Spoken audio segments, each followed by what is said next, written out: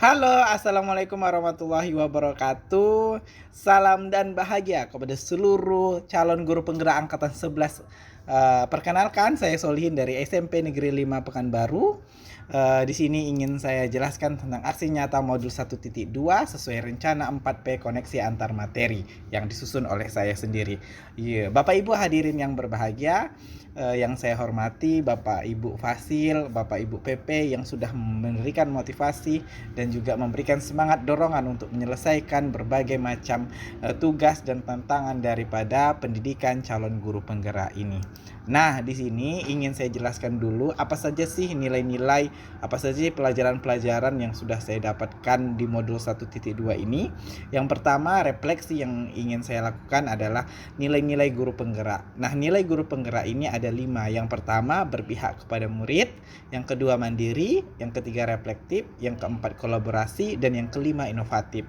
Selanjutnya, pada modul ini juga saya mempelajari tentang peran guru penggerak. Nah, yang pertama, peran guru penggerak itu harus menjadi pemimpin pembelajaran, menjadi coach bagi guru lain, menjadi atau mendorong kolaborasi antara teman rekan sejawat, pimpinan atau kepala sekolah, serta seluruh stakeholder yang ada di lingkungan sekolah dan luar sekolah.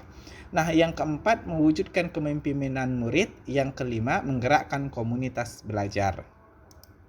Nah, Bapak Ibu, saya mengikuti pelatihan pendidikan guna menambah wawasan dalam pendidikan dan pengajaran yang berorientasi pada pembelajaran yang berpihak kepada murid. Apa saja sih aksi-aksi yang sudah saya lakukan selama ini?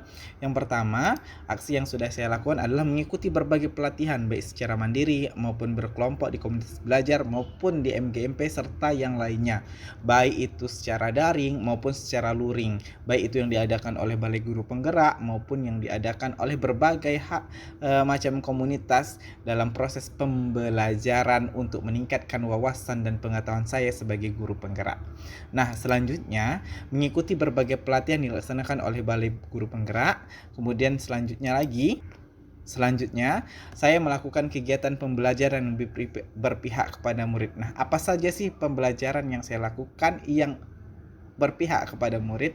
Yang pertama, saya menumbuhkan karakter religius berupa berdoa sebelum dan sesudah memulai kegiatan. Ini bertujuan untuk meningkatkan atau menyadarkan bahwa segala sesuatu itu berorientasi pada pendidikan karakter religius kepada anak-anak kita. Nah, selanjutnya berkolaborasi dengan teman sejawat saat kegiatan diskusi kelompok yang dilakukan atau yang saya lakukan untuk meningkatkan kemampuan dan pengetahuan antara satu murid dengan murid yang lainnya. Diskusi kelompok ini juga harus terbimbing supaya hasil diskusi yang dihasilkan, kemudian proses diskusinya itu berjalan dengan lancar. Nah, selanjutnya proses pembelajaran dengan memanfaatkan teknologi. Nah, pemanfaatan teknologi yang di sini selain menggunakan metode ceramah, saya juga menggunakan berbagai macam bentuk media, pemutaran video dan lain segala macamnya, dan bahkan Ananda juga kita minta untuk membuat suatu presentasi dengan berkelompok menggunakan aplikasi pendukung yaitu YouTube. Nah, selanjutnya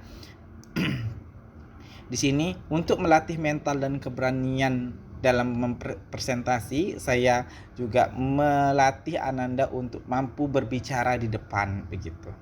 Kemudian menumbuhkan kreativitas murid dengan kegiatan pembelajaran itu sendiri. Jadi dalam proses diskusi atau proses penentuan kelompok dan pembentuan apa yang mau dikerjakan dalam kelompok itu, mereka sendiri yang berdiskusi dan menentukan apa yang mau dikerjakan dalam proses pembelajaran itu sendiri. Nah, selanjutnya mendorong terjadinya kolaborasi.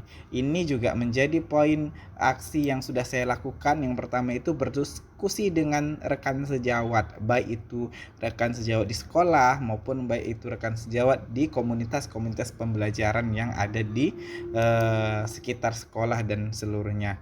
Kemudian rapat dengan seluruh guru terkait dengan program-program yang sesuai dengan visi misi sekolah untuk menciptakan keberpihakan proses pembelajaran itu kepada murid.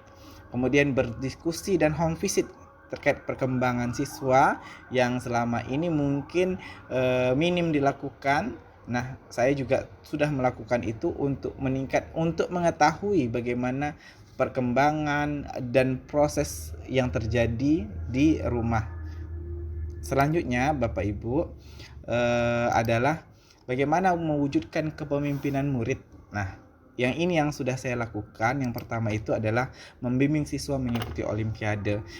Artinya minat siswa untuk mengikuti olimpiade ini juga menjadi dorongan untuk membimbing atau meningkatkan kepemimpinannya, kemampuannya secara kolektif dan pengalamannya dalam proses pembelajaran atau ikut kegiatan-kegiatan tersebut. Selanjutnya saya juga terlibat aktif dalam kegiatan kepemimpinan OSIS, baik itu dalam kepanitiaan yang dilaksanakan dalam event-event tertentu maupun peningkatan kapasitas diri daripada pengurus-pengurus OSIS itu.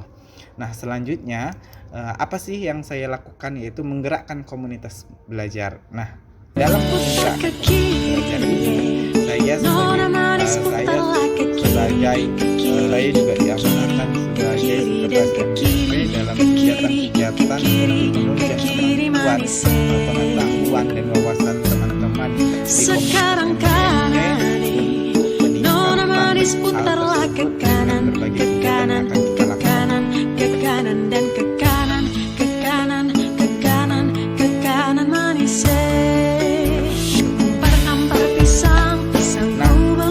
Ke depan apa sih yang akan saya terus melakukan perubahan untuk diri dan pembelajaran yang berpihak kepada murid adalah yang pertama, ide dan gagasan yang timbul adalah melakukan praktek baik dengan murid dan rekan sejawat dalam melakukan perubahan.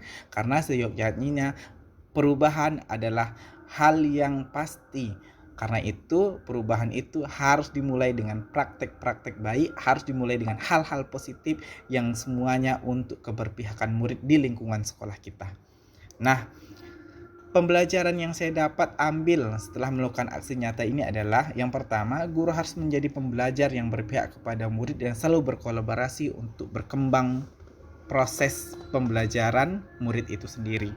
Yang kedua, guru harus menjadi contoh teladan bagi murid. Maka dari itu, guru juga harus melakukan pengembangan diri secara berkelanjutan. Dampak atau perubahan positif yang paling saya rasakan adalah murid dalam proses pembelajaran menjadi lebih bersemangat, pembelajaran lebih bermakna, dan pembelajaran juga banyak sekali menimbulkan hal-hal positif, memotivasi anak untuk terus belajar. Kemudian kompetensi saya dalam mengajar dan mendidik menjadi jauh lebih baik. Sekian aksi-aksi nyata yang sudah saya lakukan. Terima kasih dukungan, support, dan semangat yang diberikan oleh Bapak Ibu Fasil dan Bapak Ibu PP. Semoga dan rekan-rekan sejawat juga, semoga apa yang menjadi tercapainya pendidikan guru penggerak ini menjadi keberhasilan kita bersama. Terima kasih. Assalamualaikum warahmatullahi wabarakatuh.